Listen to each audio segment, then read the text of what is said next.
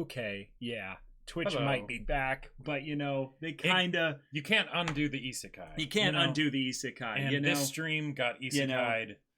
It off got of isekai'd Twitch. hard, Very hard. and that is Truck what it just, is. Just smacked it Yeah. upside the head. Yeah, Yeah. exactly. It's Too bad. Wow. It's too bad. streaming on Twitch. Who thought we would be back here? Yeah. Right? Yeah. But yeah, hello everyone. What Hello. a thing. Oh man. What a thing. Okay. Yeah. Okay. If anything, this might actually be something kind of interesting to see, like what happens with regards to just kind of generally handling people and stuff on here. Yeah. Yeah, it looks like if anything, it might be interesting to figure out how This will be interesting. moderation and stuff and all that'll work here. Oh yeah, that's right. Yeah. Well, yeah. Okay. That's that time I died on Twitch and was reincarnated on YouTube. Exactly. Right, Yep. right, exactly. Yep. Good evening, everyone, one and all, ladies, gents, and others. Podcast 133. Yeah. Oh man, are we doing this? I think so. I think Yeah? so. If anything, the weirdest part will be is that, I think doing this is more of just something to remind ourselves, oh, right, we're on YouTube for the most part. That's true. So yeah. the fact that we have a Twitch is something I think a lot of people might forget about. That is Just yeah. in general. Watch, this is actually the best advertisement for the Twitch we can ever do. Right. If anything, thanks, Twitch. Thanks for going Hey. down and giving us a reason to go live on YouTube. Mm-hmm. Because, oh my god, like, I'm sure a lot of you in chat had no idea that, yeah, we are on Twitch 4 times a week, every week. Monday, Tuesday, Thursday, and Friday at 3 p.m. Pacific Standard Time. But, yeah, that's a thing. Yeah. This was definitely, In the plans. Oh, definitely. Right. The Keikaku Dori all the way. All the way. Yeah. Yeah, and it's and the fact that it happened on the one where we were like, hey, Isekai. Let's talk about that for a little bit. Let's talk about Isekai. Because in some ways, what's really great about Isekai is that you don't have to look long to find an Isekai. No, they are everywhere. They're everywhere. Everywhere. Yeah. Uh-huh. Yeah. Yeah. And it's something that's it's really special to know that, like, there will always be in some ways Isekai from here on out. Yes, that is a reality that we must accept. We must accept. Yeah. In the same way that, we have specific things that we are, we have to do now for the sake of everyone. Isekai must continue to come out on a seasonal basis because, we may be sad that that's the reality we live in, but that is what it is. Yeah. But hey, you know what's another cool thing that this kind of like connects all with? Yeah. Semblance of Sanity is about to hit 100,000 subscribers. That's true. Those guys are pretty cool. Yeah. And actually hitting from what I 100,000 subs, that could be pretty nutty. It's almost fitting to go back and do an actual live stream on YouTube, since the last time we did this was like forever ago. Right. Right. Yeah. So for those of you that don't know or just kind of tuning in here, we're just kind of just shooting the breeze for now. Yep. But we are on Twitch doing podcasts on Mondays, 3 p.m. Pacific time. We did have a lot of podcasts that were going on YouTube and stuff, and they were good fun. They were a very exciting way for us to just discuss whatever random thing we wanted. Yep. And now at 3 p.m. Pacific time on Mondays, we do basically the same thing, but we do it live, and we have a lot more interaction with you guys, the viewers, because we can't go into comments because of spoilers and such. So we're just kind of doing this because Twitch went down for a good, I think it was a good like 20 minutes or so. Yeah, 30 minutes. It's probably now back up. Yeah, because they're probably going crazy about yeah, they probably are freaking out. Like, oh no. But yeah. This could be a fun thing to where we get to talk with you guys a little bit. Maybe we can still kind of do it. Do the podcast, because it's all going to go up on the VOD channel eventually. Oh yeah, some of you guys might not even know about the VOD channel. Indeed. We have a VOD channel specifically for the Twitch streams in case you missed them. All that stuff like, Doki Doki Literature Club playthroughs and Berserk manga readings. Yep. Which, by the way, Tales y'all, of Berseria. that's the one that I feel like a lot of you should know about. Like, I don't know if you guys knew this, but we're doing One Piece manga readings. Oh yeah, on that's right. Tuesdays. They're pretty freaking legit. And like Jacob has an Usopp voice that is like actually to die for. And you do I'm sorry. You are doing CP9 right now, which is kind of ridiculous. My Spandam voice is your Spandam voice is awesome. Actually, to murder for. I think my personal favorite though is your Hattori. Yeah. Yes. Yeah, Twitch. Nobody look exactly. So yeah, but on the topic of isekais and the genius stuff that they do actually do, well, or the genius behind them, they don't always do it all the time. So let's backtrack a little bit and explain to them what this podcast will be about. You know, we'll definitely link all the things in here, but in some ways the trickiest thing is figuring out like how to do all that, because all of our commands aren't gonna work in here. Such. So that's its own thing. We haven't touched this like YouTube streaming and stuff in so long. We barely knew like how to actually like run anything. It was like, wait, how does YouTube streaming work again? Right. Yep. Okay. Yeah. But before we get too in depth with this, as you can see, we're doing this like definitely like off the cuff here. Not at all. Yeah. Jacob and I were discussing the exploration of settings influencing characters and stories. Yep. And then we realized, oh my god, wait a minute. There's a story subgenre that perfectly kind of goes into this, and how the utilizes setting it.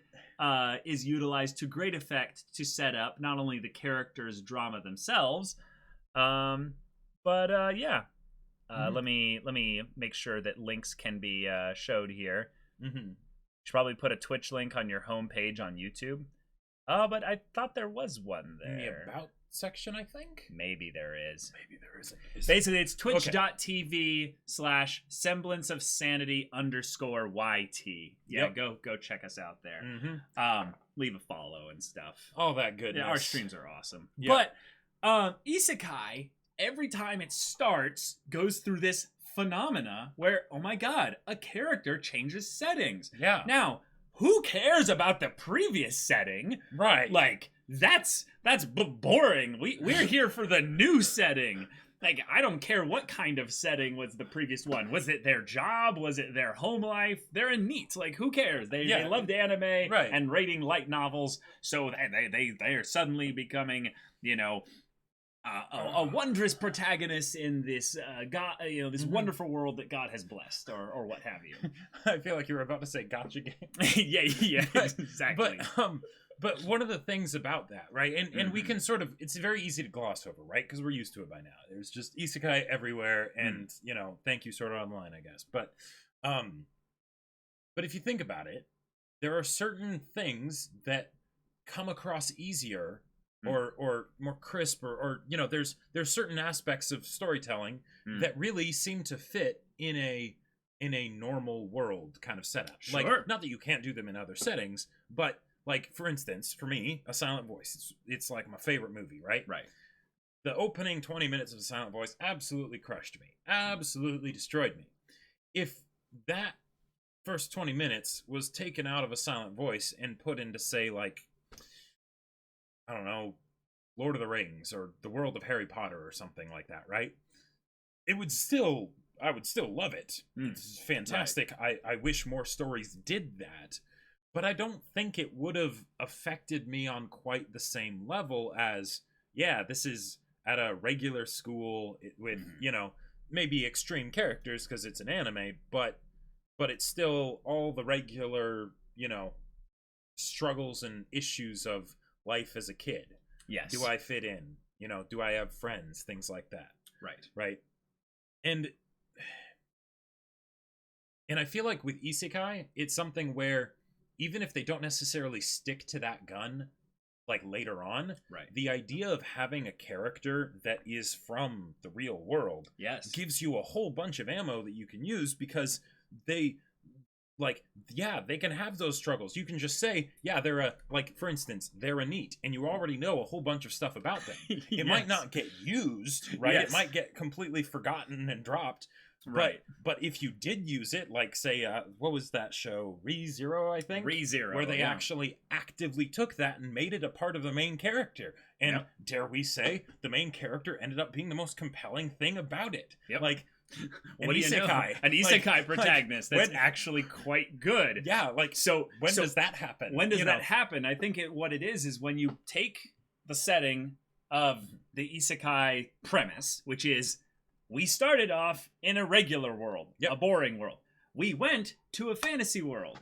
Both of those worlds have certain expectations put upon the viewer to just assume, like, you know, the equivalent Giga video. Oh my god, they have generic thugs about to beat me up here. Yeah, like, exactly. All these generic specific things, you know, generic specific things that are like, oh, look, it's Dragon Quest 27, you know? Yeah. We're supposed to accept that these certain things are just the case in Isekai, which allows us to quickly and efficiently jump ahead of a lot of the typical world building stuff that would be used to set up the conflict and just go, hey, you're in a new world now. You have to figure things out and just, you know, survive. And I would say ReZero is one of the best instances of this in the beginning because he very quickly has to deal with his own survival and mortality really quickly in the world because he doesn't understand it. And if you think about it, right, if you have something where like this is basic like genre fiction kind of stuff, right? If you have an established set of expectations, right, for your audience, and you play to those, right, where it's this is a basic, you know, Dragon Quest kind of D&D RPG like world setting, whatever, you don't need to spend a lot of time filling in that blank space, because when you create a new world, that's a lot of blank space. So if you basically say, it's just kind of like that, y'all know about this one, so let's just use that, then that gives you opportunity to focus on things like the characters, you know? Sure. Because my god, what, isekai focusing on the characters? Well, but the idea that that's actually something that can be used really well, and there are classics in literature like Narnia or The Wizard of Oz, or Wizard of Oz, you know, is a great example of a classic isekai. Yeah, like where it's an isekai because, you know, and because it's an isekai, it's you're able to do certain things, right? Because in fantasy stories and whatnot, it's a lot easier to do the because of that layer of suspension of disbelief. Yes, you can do the more extreme things. You can have Zuko's face get burned off by his dad and not have it be like way too traumatizing to discuss, right? Yeah, because even though it's still heavy as hell, it's in a fantasy world, right? It's not the, oh yeah, I'm at school in, you know, like middle school or something, and then, you know, my best friend comes in with half his face burnt off and he's like, my dad did this to me. It's like, no, oh god. Right, like, you'd have some cognitive dissonance regarding whether or not that's actually expected in the real world. Exactly. It's why in a non-fictional kind of setting, in one where it's as close to the real world as possible, there are little acts of dramatic conflict that don't require a lot of setup. Yeah. Now, isekai specifically is a genre, like it's a specific medium of telling a fantasy story. However, because of that, you automatically assume certain things. And a lot of them aren't necessarily going to go this way, but these ones can help you head to the drama and the conflict rather quickly. Again, not all isekai do this effectively, though. Right. Because sometimes,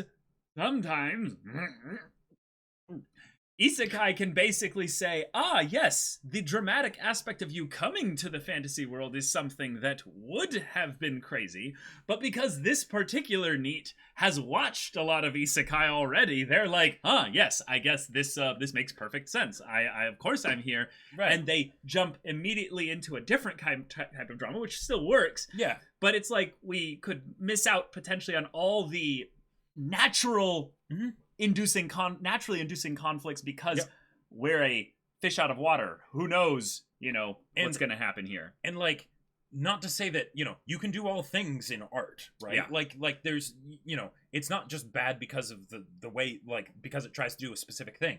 Escapism, wish fulfillment, all that stuff, that can be great. That can be awesome. Yeah. But there's this other side to it that I feel like isn't often seen, and it kind of, I feel like it blends into other non-isekai like genres as well, and isekai just like forces you to focus on it. Yeah. The idea that there's something about the ordinary that is compelling, right? Mm-hmm. Even if it's done in the realm of fantasy, right? Yes. Because there's especially so in some cases because of the dramatic contrast. Exactly. Like there's plenty of dramas, and most dramas, in fact, that I've seen, like that are like strictly dramas, not like a mix of multiple genres, tend to take place in the real world, right? Because well, that's where you have the most attachment to the characters and the plights and all that stuff. Yep. But then there's things like, say, like Game of Thrones or Lord of the Rings, where a whole bunch of time is taken to say that, yeah, in this different world, right, we are going to establish something that feels familiar and normal. You know, House Stark, just the idea of a family that has issues and things like that, and little quarrels with each other, like that scene with Ned Stark and Arya, right, where you know, she had a fight with Sansa and now he needs to go talk to her. That's such a like just regular family kind of problem that they're dealing with. It doesn't involve White Walkers and dragons and all that stuff. It's just hey, I need you and your sister to make up. Right. So the normal, the generic, if you will, or even the simple, the non-fantastical being brought in to the fantastical gives you this opportunity to showcase the differences and the contrast. Yep. This is where isekai usually just completely shits the bed, drops the ball, ruins everything. Is that almost immediately after about 2 or 3 or 4 episodes, they basically realize, okay, cool. We have utilized the main character's role to get them into this world and realize that it's fantastical. Now let's completely forget the fact that this is all unfamiliar and new and weird for them. And we'll explore no drama or conflict regarding that at all. And this is the majority. This is not all isekai, obviously. But imagine what you could do if you actually went and explored that drama plot that just naturally comes about because an isekai is crazy. Yeah. Because it's not that because again, wish fulfillment and all that stuff, that's great. And if that's what the isekai wants to do, go for it. Yep. But the idea that there's something so fundamental almost about this fact of having the main character have lived and breathed in our regular world, right? That is so compelling. That's like, because they're like a bunch of isekai. It doesn't even matter whether it's actually an isekai or not. There was this one anime that came out after Sword Art Online called Danmachi, and it's a basic like if you were to watch it, you would totally think it's an isekai. But there is no truck-kun. It just starts in the world, right? Right. But it's still the same basic stuff, right? Oh my god, are you saying that most isekai don't really care about the isekai part and they just want an excuse to have a person that doesn't know anything about the fantasy world that shows up and just gets exposited to? But yeah. Whoa. And yet, if you think about it, that kind of a thing is happening in stories all the time, even if it's not an isekai. Yeah. You know? Like, so... Yeah. Oh, man. Oh, my God. Like, there's something for me personally, like, and a lot of, like, this kind of, like, what I'm bringing into this is because I've been reading the Dresden Files recently, which are really good. If you haven't read them, I highly recommend it. Audiobooks are really good, too. But there's something for me personally about the idea of, like, oh, I need to pay rent. Like that's my struggle. Like when you can have that, like in ReZero, Subaru's thing is, I need to survive. I need to figure out how I'm actually going to be okay in this world. Even though there's also that, like, you know, hey, I'm in an isekai. This is great. You know, that only lasts like half a day too. Right. He quickly realizes, oh God, you know, this is not great. Yeah, I'm a squishy meat person. There are things I need to worry about. Right. Yeah. Like there's something so just, I don't know, down to earth, relatable kind of for me when I see that kind of stuff happen. Like maybe that's why I love like the Ghibli like food montages so much, you know. Sure. Like people just having a good meal together. Yeah. Twitch is not dead. It was dead for about 20 to 30 minutes, and Jacob and I were just like, screw it. Let's just go live on YouTube. It'll do we even remember how to do this? No. But let's just do it. Like, so this is the most scuffed, hackneyed, just thrown together YouTube stream ever. Like, Oh man, I don't even know how people will find this, because I think what'll happen is it'll send them a push notification if they have the bell live or something. Which, Watch, we get way hit more that people. bell. Yeah. Watch, we get way more people on this stream than any other Twitch than stream any other Twitch ever. stream. Yeah, But, I could definitely see that being the case.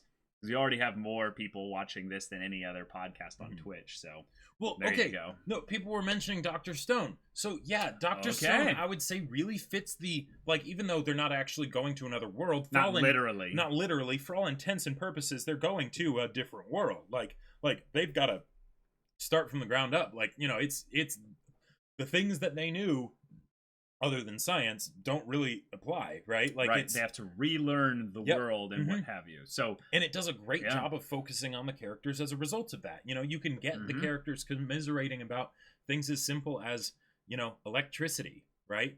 Yeah. And how wonderful and mystical it is when, you know, some of them might be familiar with the concept and others might not. Yeah. You saw it on your subscription page. Lives are right at the top. Oh, okay, cool. Well, I know that YouTube has done a lot of updates with regards to its live streaming structure, so it's pretty cool that in some ways we could just throw a stream together on YouTube and have 270 people watching. It's pretty cool. Yeah. But yeah. A lot of Isekai also try to solve the fantasy world's problem before exploring the Isekai stuff and spend so long on it that they forget to actually explore the Isekai stuff. Yep. I would say that makes a lot of sense, is that generally speaking, there is an industry problem with this, in that there are so many Isekai coming out right now that none of them want to lose pacing in some ways with all the other Isekai by spending a lot of time on the, I would say, pretty natural character drama that would come from being Isekai'd, if we can use that as a verb. And, like, it makes sense because most isekai aren't character dramas, right? Like, that's not what they're going for. But even just throwing a little dash of that into it would probably make it stand head and shoulders above a lot of the other ones. Yes. At least within certain crowds, right? Right.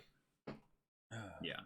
Isekai also does something I love, where if there are multiple people summoned, then we get to see some common folk being pushed into a very uncomfy situation. Sure. Yeah.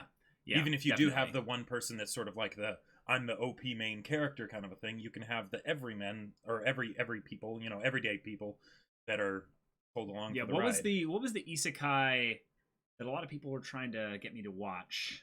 Grimgar. Yeah, exactly. Yeah. Grimgar, if I remember correctly, had a group that was a bunch of randoms basically all coming together, and it did address in some ways less the isekai stuff, but more of the, oh my god, how do we figure out how to make this world work for us, since we don't know anything about how to make it work in this world. So that's a unique, tricky situation that works for that one, but it's still something where it doesn't really go into the isekai stuff from what I remember of episode 1.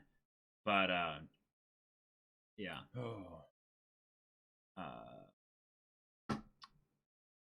In terms of if you're talking about looking at the VOD channel and stuff, it's basically just covering the things that didn't get put onto our main YouTube channel. Yeah, if that makes sense. But so with going into Isekai here, you have our protagonist being brought into the semi-generic fantasy setting. Yep. Konosuba does this. Very much has his moment of like, oh my god, this is crazy, but then he's thinking like, wait, I can game this. I can figure out how to make this work. And it's very, you know, we must find the demon lord and the demon king or what have you and destroy him and such. Yeah, it's one of those things where Konosuba, like, one of the reasons I love it so much is because, one, it's a parody and it just does the comedy really well. Yeah. But it also pokes at some of the serious questions that you would have with an isekai, right? Mm-hmm. Like, when he first gets to the real world, it's like, oh god, no, I actually just have to, like, work my ass off in order to, like, afford the little room in the stable, you know, right, with the hay and stuff. Oh, I get a blanket now, like great, you know, but like that kind of stuff that you would expect to kind of happen if someone was just, you know, cast as a stranger into a strange land, right? Yes. And when it comes down to it, no, it's not that he has some crazy OP power. It's that he has knowledge of things like kotatsus, and Right. whatnot. Yeah, but right? there is drama exploring the fact that he is absolutely in shock dealing with the harsh transition of this world. Now, competency is still, acquiring competency in the new world is still an exploration of the natural conflict and drama. Yes. Like someone brought up Yojo Senki. Yojo Senki is a great example of where someone is thrust into the unpredictably impossible situation of being reborn, literally born as a baby into a new world. Oh man. And there is a lot though where this main character gathers the competency necessary to survive and thrive even in this new world. However, the story as a whole centers around the Isekai'd nature of the protagonist. And thank you for bringing that up, because Saga of Tanya the Evil, so often I forget that it's actually an isekai, right? Because it's not in a fantasy setting. Yeah, it's in an alternate universe of sorts. Sorry, it is a fantasy setting. It is a fantasy setting, but it's not as generic as you could possibly get fantasy setting. Like you actually, you have guns. Like it's more like around the time of like World War I or something. Like. Okay, there we go. There's also magic and, shooting guns. Oh, it's like totally a fantasy setting. Yeah. Flying around and all that stuff, but great. Yeah, and given that the drama, the story specifically, is expedited by the fact that the transition point, and this is something that I feel like Yojo Senki does efficiently, like really well, is that one of the best moments in the whole show is the transition point. When the isekaiing happens, there's an establishment that you're about to get isekai'd. Yeah. Okay. And every one of us, as the viewers, are like, oh my god, we're about to get isekai'd. But then the primary conflict is simplified down to two characters. One of them believes things to be a certain way. The other one believes things to be another way. Ideals clash. And F you, how could you do this to me? I hate you. Yes. So the whole story gets elevated in a lot of ways because of that entire conflict being boiled down to the, why the hell did you isekai me? Right. How dare you? Yeah, it's not even just about Tanya adjusting. It's, why would you do that to someone? You are a terrible person. Like, bold of you to assume I am a person, But that's bold talk for someone in isekai'ing range. Yeah, bold talk for someone in isekai'ing range. Like, oh my god! And instead of Truck-kun, it's God-kun, basically coming on and Train-kun. Yeah, Train-kun, exactly. Oh my god! So we haven't seen that many isekai. Let's be clear here. We're pretty unexperienced as far as it goes. Less than 10 isekai have been watched by the two of us, I would say. And that's even when we're getting creative with the things that we define as isekai. That's true, yeah. So, given that, one of the things that we think is rather, I would say, noteworthy of isekai, even if the isekai itself is one that we haven't watched, we can kind of assume this little aspect about it here. When the transition point happens, there is a natural conclusion that more story will happen in the isekai'd world than the previous one, right? Sure. So therefore, the conflict will, for the majority of the time, center around that new world. Right. So if you want people to care about that world, you have to make the main character care in some ways about that world. Yes, positively or negatively. Right. However, one of the best ways I would say to make us care about the character so that we can care about the way they care about the world. Yes. See the logic train we're going on here? Because stories are about characters, not about worlds. Exactly. And isekai is a genre that's about worlds. Right. But really, it's about characters. Yes. Yeah. So, if we want to have this logic train be all connected and work here, one of the best ways to do this is to give our main characters some element of struggle, some kind of conflict that they either work to overcome or start the process to overcome, or they never overcome, it's just a struggle. Whatever it is, have that be in the beginning, like when this whole thing happens. They got isekai'd here. And I would say that for the most part, we're so far encompassing all of isekai with these statements here. this is the part where maybe Isekai could add in a little bit of this here, is maybe draw out, since we know that the main world is already going to get plenty of time in it, draw out a little bit of the aspect of how much time we actually spend in the previous world. Sure. So that we see the character actually in their natural environment struggling, so that when they go into the next one, they're even more of a character that's dealing with the problems of that. Okay, here's one that I'll put forth in the isekai basket that is, it's a bit of a stretch to call this one an isekai, but from a thematic standpoint, it is very much an isekai. Okay. And that's Erased. Oh. If you think about it, he's not actually going to another world. I'm not going to go into detail of what happens, because first episode is really good to go in blind. I agree. I highly recommend it. Yeah. But he is still being transported to a place that is absolutely unfamiliar. Yep. Right? With different situations and things like that. And a lot of it does focus on, one, the adjustment, but also setting up the stakes of why this is important in the first episode, with the episode ending with the actual transporting, right?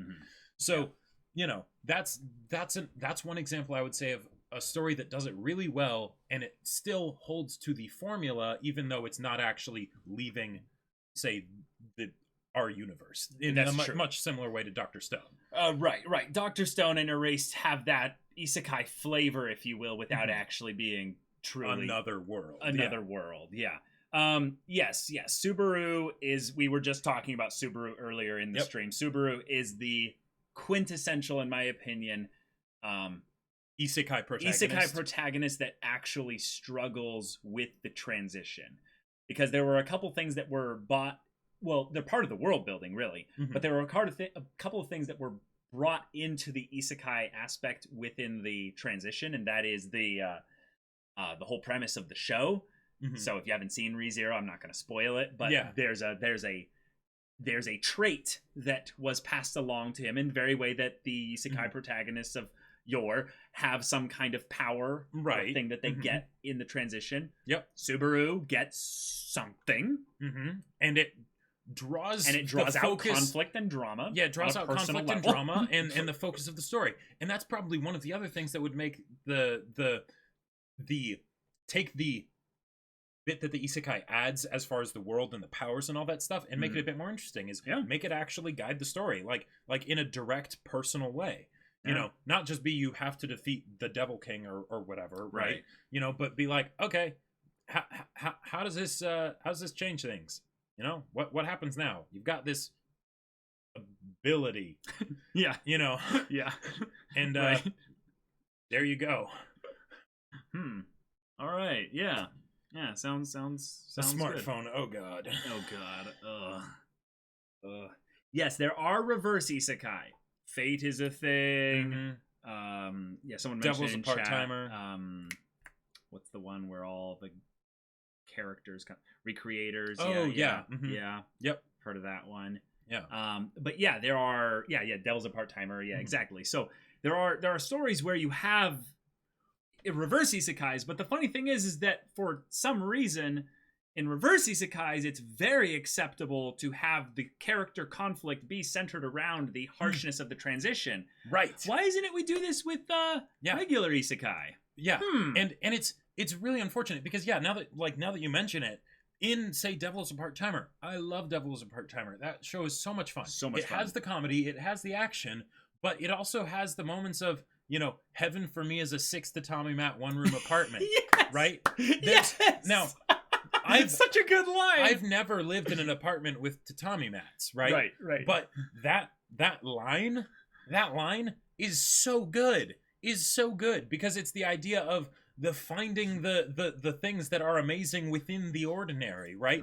Because, like, one of my favorite things for stories, whenever a story becomes something that really moves me, it's usually because it does something that seems to communicate some lesson to me that I feel like is applicable in my own life, right? Helps me become a better person. Okay. And with stuff like that, it is communicating on something that's at least connected to our world. Now, because of that, it's less of the wish fulfillment, sort of detaching from the world and getting a break, right? Which I totally get. Right. But there's something really special about when you can take the fantastic and still make it be floored, pun very much intended, by what they see in this world, even if it's just a 6 tatami mat, 1-room apartment. Right. You know. In some ways, the thing that makes it so strong is that the contrast is very much focused on. Yeah. The way that they speak in Devil's a Part-Timer is hilarious. Oh, yeah. To show how Shakespearean it is. And we laugh at it because it's a comedy, so it's meant to be delivered in a comedic way. Yep. However, that's something that just could be explored in Isekai, but it just gets left. Yeah. It gets ignored. And I think that some of the people in chat and bringing up this point are right in some ways, is that there's this idea that the regular world is boring. So why would we spend time continually reminding us about it? Let us have our escape into the fantasy world and completely ignore it. Now, I'm with you. But in order to get good drama, we need to actually develop the depth of our characters beyond the world itself. They need to have a point where they both agree and disagree with the world.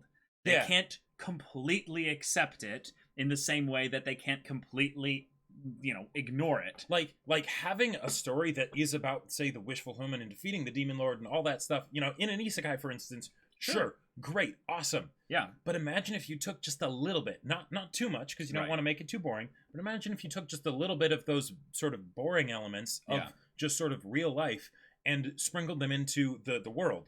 Yeah, I think that's what's happening nowadays, is we're so inundated with isekai that people are doing that thing where the character brings in not just their lifestyle, but they bring in one flaw or character quirk or specific thing that the entire story then revolves around. But like what was that one I heard about? Oh, the vending machine one, or like the I completely forgot that. Yeah, that's a thing. But no, there was one where there's a character that's like got like crippling anxiety or something, and they just refuse to like do anything without like super planning. And all that stuff. I don't remember what it was. I think that's like the defense stat. I put all my points into defense one or something like that. Yeah.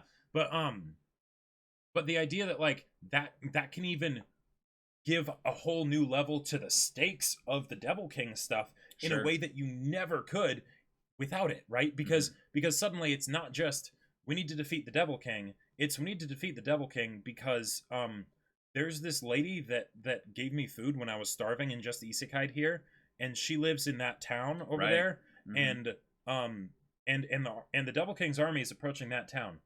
I need to make sure that I defend this town because otherwise, her whole way of life is going to be ruined and she might even die. Like I can't let that happen, right? Yeah. That suddenly becomes a whole lot more crisp, a whole lot more real, than just the Devil King is attacking a town, right? Yeah. Yeah, I think people in chat are realizing it now is something called Cautious Hero. Something. Gotcha. Yeah, I think that's the one that I was thinking of. However, this is just the equivalent of saying, though, I brought a thing across. I brought my smartphone across into the isekai world, but instead I brought my character flaws because I'm a real person. It's instead almost in some ways, it's a good first step, but it's still in some ways, I would say, making mockery of the fact of how wooden and one-dimensional isekai protagonists are. That we're going to put a single color of paint on top of it. We're going to be like, look, we painted them red. Now they're unique. And again, oh my god, I painted this one pink. It's even better. And if you're not going for drama, that can still work just fine, right? If you want the comedy angle of say like someone being overly cautious, right? I'm just talking about like that can still totally work, Right. Yeah. I'm just saying that in order to take advantage of how much you get handed to you by doing isekai. You're doing an isekai, why not in some ways take that advantage to the fullest extent and just go, oh my god, they got isekai'd. Yep. That in of itself just has them being a decent reactive protagonist. Sure. Just changes so much with regards to how much you empathize, care about, attach yourself, and or relate to the main character. Because who doesn't love a good self-insert main character every once in a while with a power fantasy tripping on all that stuff? Sure. Yeah, you can totally have one, But if we're going to be inundated with isekai until the end of time, as what it looks like right here, get creative, stand out a little. Get creative and maybe take like just the idea of isekai and just go down to the base roots of it and go, sure, what does this actually mean? Can I create a character that just reacts to the fact that this is happening? One thing there's so much story you could get with that. Sorry, an idea for an isekai that just came into my mind on the spot that I would love to see is something where, let's say you turn it into a coming of age story, right? Where you have a character and they always wanted to be the hero. They wanted to be the protagonist that, you know, beats the bad guys and all that stuff. And then suddenly they get isekai'd. And yeah, have them be in high school, you know, and they're neat and all that stuff. Now, all of a sudden, they've been kicked out of their parents' house, right? Yeah. And now they have to kind of grow up and take on the responsibility. Are they actually going to be able to be that hero? Yeah. Who knows, right? But, you know, they're out there now. And even though this is a fantasy world, it's the real world, you know? Yeah. So a lot of people are bringing up like their like specific isekai and stuff like that are like ones that we should see to kind of make a point of this. Yeah, we're totally aware that there's a overwhelming percentage of isekai that we have not seen. Right. And we're not definitively saying that all those isekai, because we haven't watched them or something like that, could not somehow contradict our statements here. We are trying to explore in some ways that setting, whenever you're creating a story, has an influence on the characters. However, isekai, generally speaking, a lot of times tends to basically say the character and the setting are somewhat mutually exclusive. They don't have any influence on each other. Which is too bad because they're set up to double dip on the setting. Exactly. They're actually double dipping on the settings that they're having in there. Yeah. You know? Right. So there's so much potential to have the setting overwhelmingly influence the characters. I mean, influence it to a degree that might even be in some ways, you know, kind of dangerous. You don't want to necessarily make your story so not entertaining that you basically cut off a lot of potential drama and plot and conflict. So that being said, yeah, isekai has a lot of cool stuff going for it. I am, you know, kind of more hoping that like we get a lot more ReZeros, Konosubas. What are some of the other isekai? Devil's a Part-Timer. Yeah. Yeah. Now these are First Half of Slime. Yeah, there's a lot of ones there that we've seen, and we've very much enjoyed a lot of what we've seen because they handle in some ways a lot of the character stuff in a good way. But anytime you get inundated with a specific genre just being done over and over and over and over again, you're gonna have a lot of them that are just kind of less than, and it's like, oh well, that's unfortunate. That is what it is. But that in some ways forces innovation. It forces people to think creatively about how to differentiate their work, their art, from the rest. And so here's a thing we're throwing out there. Just maybe there are some that are out like there, but yeah. And with my own sort of like limited perspective on isekai, it's something where I feel like this can be helpful to be brought up for people that only listen to the stigma surrounding isekai. You know, that there is a lot of there's reasons why isekai work, right? Beyond just the, you know, the sort of the stereotype of like, hey, let's have a you know, blank slate protagonist that has a bunch of big boobed girls that all like him, right? You know, and he is the you know, the number one that has all the power to defeat the bad guys and be the most important person in the universe. Sure. But there's also other things that contribute to that, right? There's some things that might even get at some fundamental aspect of, you know, the human psyche where maybe there's something more, where, you know, something about that, you know, one hero's journey, or even the just the blend of different things, right? Like one of the other things that I think is really cool is when you have a story that's in a modern day setting and then a little bit of fantasy is mixed in. It's not necessarily a reverse isekai. You might not be bringing in a character from an actual other world, but with things like, say, like Monogatari, for instance, right? There's it's a very pervasive little, but there's a dash of supernatural and fantastical that's then brought into the story, and it makes there be this wonderful exploration that you can have within the characters as a result of this stuff happening. Now it's also integrally tied to the characters, so that's one other layer to it. But yeah, I would love to see more of that in storytelling. And it's also something that, because I love creating stories, I also think about. But, yeah, definitely. Especially in the fantasy genre, where we've gotten more and more into things like D&D and stuff. It's rather interesting to see a genre that almost in some ways takes plenty of notes from the typical RPG, and yet seems to lack so much of this general kind of relationship between setting and characters. Yeah. Given that the whole genre is about character going from setting to setting. So it's just something to think about. Like there's a lot of isekai out there that we have yet to see that are probably in some ways even better than some of the ones that we've watched, because I saw someone mention earlier, like, wait, whoa, Caleb, I thought you didn't like ReZero. And I'm like, whoa, hold on. The Caleb ReZero discussion is like 4 hours long, and that's never been put onto YouTube entirely. I think there's a VOD on Twitch somewhere where Jacob and I talked about the whole thing for about 10 minutes. And the gist of it is this. I loved the first 2/3 of ReZero.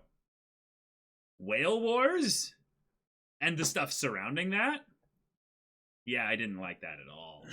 I didn't like it at all. In some ways, it ruined a lot of the feeling of the pacing of how we were going from the story beats in the first half to 2/3 of ReZero to whatever that was. You can only be as salty about something to the degree that you like it. Yep. What he said. That's how you get all these toxic Star Wars fans. Like, oh my god, jeez, let's not go there. The word toxic even in itself just kind of triggers me. Ugh. Okay, but yeah, that's my whole thing on that. I'm very excited for ReZero Season 2. I'm very excited for ReZero Season 2, because in some ways it will be maybe completely different from what a lot of things were in the latter parts of ReZero. So yeah, let's get hyped, y'all. I'm excited.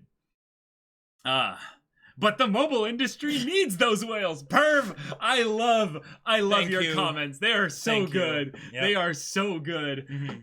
Like, can we all just thank the whales out there for all the waifus that now just exist, because they'll pay tens of thousands of dollars for specific JPEGs. Did you see the? God bless those whales. The waifu culture has reached peak levels because of whales. There was someone who posted on Twitter though a while back, like, and they were some like 100 millionaire or something like that, and they were like, "Who do I have to pay and how much money to get a spin-off series where where Rem and Subaru end up together?" Right, yeah.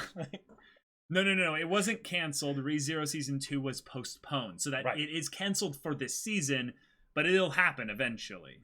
Just like the unboxing videos. Oh, right. The unboxing videos are put on delay until the actual post office that has our packages and stuff opens up again. Because we get our packages through a postal service. Right. Not through the actual post office. Yeah. So yeah. That'll happen.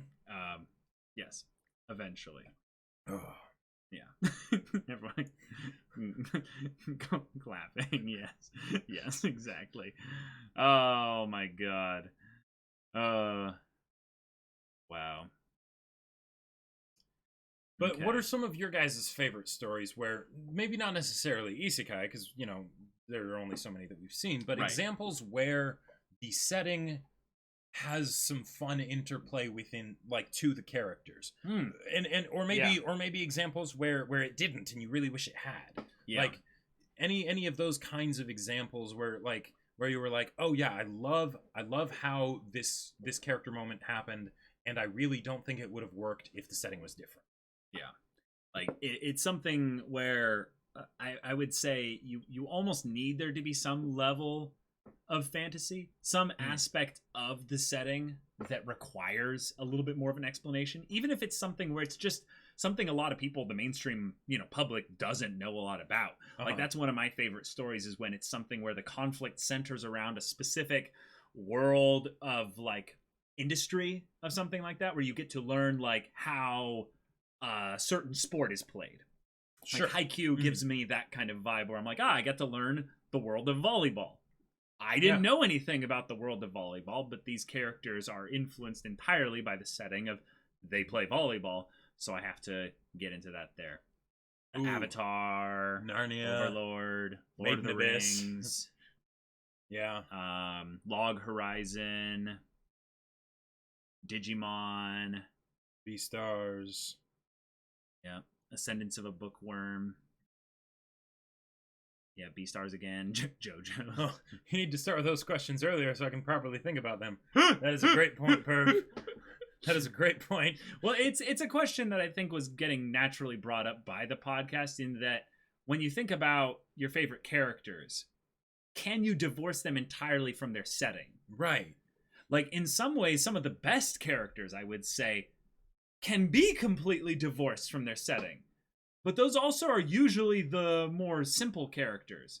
The more complicated the character is, in some ways, the more their setting is required in order to, fully deliver. Like how would you take Askeladd out of the setting of Vinland Saga, right? How would you do that? Or Legend of the Galactic Heroes, right? Could there be that same level of sort of commentary on the idea about war and all that stuff and humans and what we do? You could probably still get something similar. I think those characters are also, I would say, simpler. Well, not necessarily because of where we're at in the story. Yes, not so much. I guess, not so much about the characters. It's more about the themes. The themes, yeah, and those themes, in some ways, themes should be able to translate into any setting. Mm-hmm. That's something that I feel like is less something kind of we're talking about here. Vinland Saga, for me, have you thought about reading the manga? It's a masterpiece. No, we're going to be presuming there will be a season 2. Doing a season 2? Please give us Vinland Saga season 2. We will save ourselves for that. Yeah, absolutely. We haven't watched Log Horizon, no. We're not really going to be answering questions, though, about kind of what we're watching or what we're going to watch or anything like that. So let's keep the discussion on topic here. I think complex characters have enough meat to them to exist in other settings, but it would be less interesting. Right. Yeah. So an example of this would be, I would say, some of the characters in let's say like Monster, because it's a real world setting. Mm-hmm. So you can kind of take them and go, oh, well, I could imagine them in a different real world setting. Yeah, like Johan. If Johan was in a fantasy universe, it would still be awesome. It would still work. But I don't think it would have quite the same effect. Right. It wouldn't be as special, if you will, because the fantastical would be applied in some ways to the fact that he has an aura of fantastic nature to him. Right. So in some ways, he works well in the mundane context because he is such an enigma of a character. Ooh, Spice and Wolf. Yeah. That's a fun one as far as setting. I think that this is something also which brings up a really good point, is that this is why fan fiction is so attractive to a lot of people with regards to crossovers. Sure, yeah. Is that you see the setting that you're just like, oh, this setting, I love this setting. Yeah. And then you're like, what if the other character was put in there? But you're like tasting the salt as you like look at the characters in your setting. Need you're some like pepper. I don't like it. Let's rip this cast of characters, which is way better, and just shove them in there. Just put them in the new setting. Yep. And then, and what do you know? You just Isekai'd, that cast into your favorite setting, because you knew that the setting would influence a lot of the things in the characters, and vice versa, and with really, the characters to the setting. If you think about it, if you tried to do that without having the character actually in real time get transported at some point, then there will, on some level, be a disconnect with the fact that this person doesn't belong here, right? Yeah. So the idea, like, Isekai is kind of the way to go for that. Like, could crossover fan fictions get even better if you actually had there be some portal or something that sucked the character from the one universe into the other? Yeah.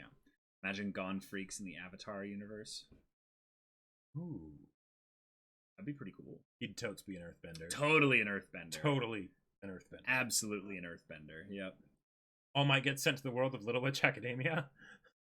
That would be great. Isn't Little Witch Academia and My Hero Academia, like, they're both, like, extremely similar? I'm pretty sure My Hero Academia is largely based off of the short film that Trigger did for Little Witch But Academia. didn't they come out around the same time, though? Yeah. Then I don't think it would be based I think on My that. Hero Academia was like 10 months after Little Witch. Oh. And that's like, actually quite enough time. Like, then. there are so many... Like, but the manga is what I'm talking about, Jacob. Yeah, I believe so. Dang. I'm not entirely sure, but I think so. All right. Interesting. You guys seem to be debating about rating shows. Not really what we're talking about here. Let's see.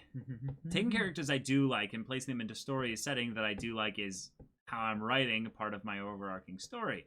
Oh, interesting. Okay. Nice. So that's something to think about from a writing just your own original story perspective, is the idea that there are settings that are built to be more effective at influencing the characters in the same way that there are characters which you could feel out maybe how they would be a more interesting influence, let's say, on the setting there. That's something that's interesting to go into. Yeah. Oh, okay, yeah, great example. All right, so someone mentioned Guts getting sent to the Konosuba world. Now, that's great for from the standpoint of comedy, right? Oh God! But if you think about Guts in Guts's world, right? There have been plenty of stories that try to do the monsters and things that need to be killed, right? There are plenty of stories that kind of rip that off of Berserk, right? Okay. And I'm sure Berserk wasn't necessarily the first one to do it, but it certainly made it popular, right? Yeah. But that dynamic between the setting and the main character of Guts is so closely tied, you can't separate them, right? Like the only way you could pull Guts out of that world and put him into another world is to do it in a satirical comedy kind of way, right? Okay. Because he's that closely tied to it. In a similar fashion, if you were to take another character and put them into the world of Berserk, right, they wouldn't stay the same person. Like, if they still were the same person, it would feel off, right? Okay. Because of how grim and dark the world of Berserk is. Sure. Yeah. So, I mean, this is a relationship between characters and setting that could get, I would say, plenty of discussion out of it here. And, you know, we're not usually on YouTube doing our streams like this, so I just wanted to plug the Twitch again here. Yeah. Y'all, this is not going to be a normal thing. Like, Twitch was down for a long period of time, and I got frustrated, and we started streaming on YouTube because we could. The show must go on. The show must go on. Yeah. So, y'all, check out our Twitch channel, Semblance of Sanity _YT. I can try to link it in chat here. Let me do that really quick. Let me see about how we can actually do this here. But we do our yeah, here we go.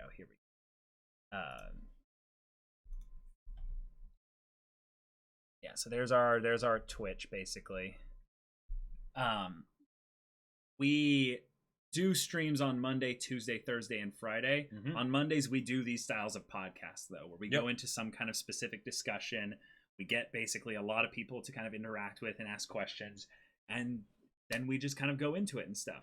On Tuesdays, we go into what's probably my favorite thing we do on Twitch, or maybe in some ways what we do all week.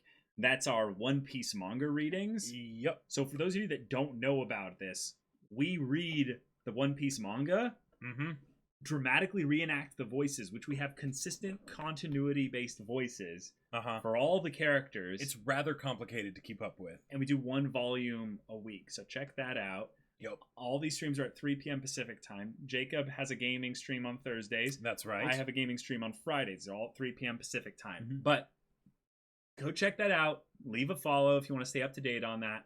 We're going to be wrapping things up on the podcast here. But wanted to kind of lead this off with a kind of a question for you guys here. When you're thinking about your characters that you really like, or that setting that you really like, or even that isekai that you really like, what is that point in the beginning of the story? What is that point in the beginning of the story for you, even if it's just a specific story, a specific anime, where the character or the setting basically demands something of the other? And then conflict happens. I'm just curious, what are some of those things there as take a look at chat here for a second.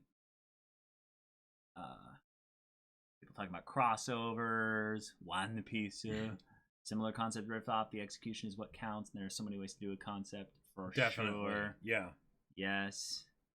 I'm in your stream while Zoom calling with my teacher. Wow, there's a big dealie between video and chat. Chat is like 25 seconds forward. Yeah, chat is very disconnected from the actual stream footage style of thing here. Yeah, that's just because we threw this together without much effort there. Usopp and Lupin the Third. Huh. That'd be fun. Interesting. One Piece tomorrow. Yep. Rainbow Nisha Roboco no Shinchinin. The introduction to Bro. That scene. Interesting. I haven't heard of that show, but okay. The Nigarande! Oh! Yes, that's a good moment for sure. In Mistborn, the oppression of the world is almost asking for Kelsier's character to rebel against it. Sure. Okay. In Mistborn, the oppression of the world is almost asking for Kelsey's character to rebel against it. Did you just say that? Yeah. Oh, whoops. Yeah. Code Geass comes to mind where the Seatind?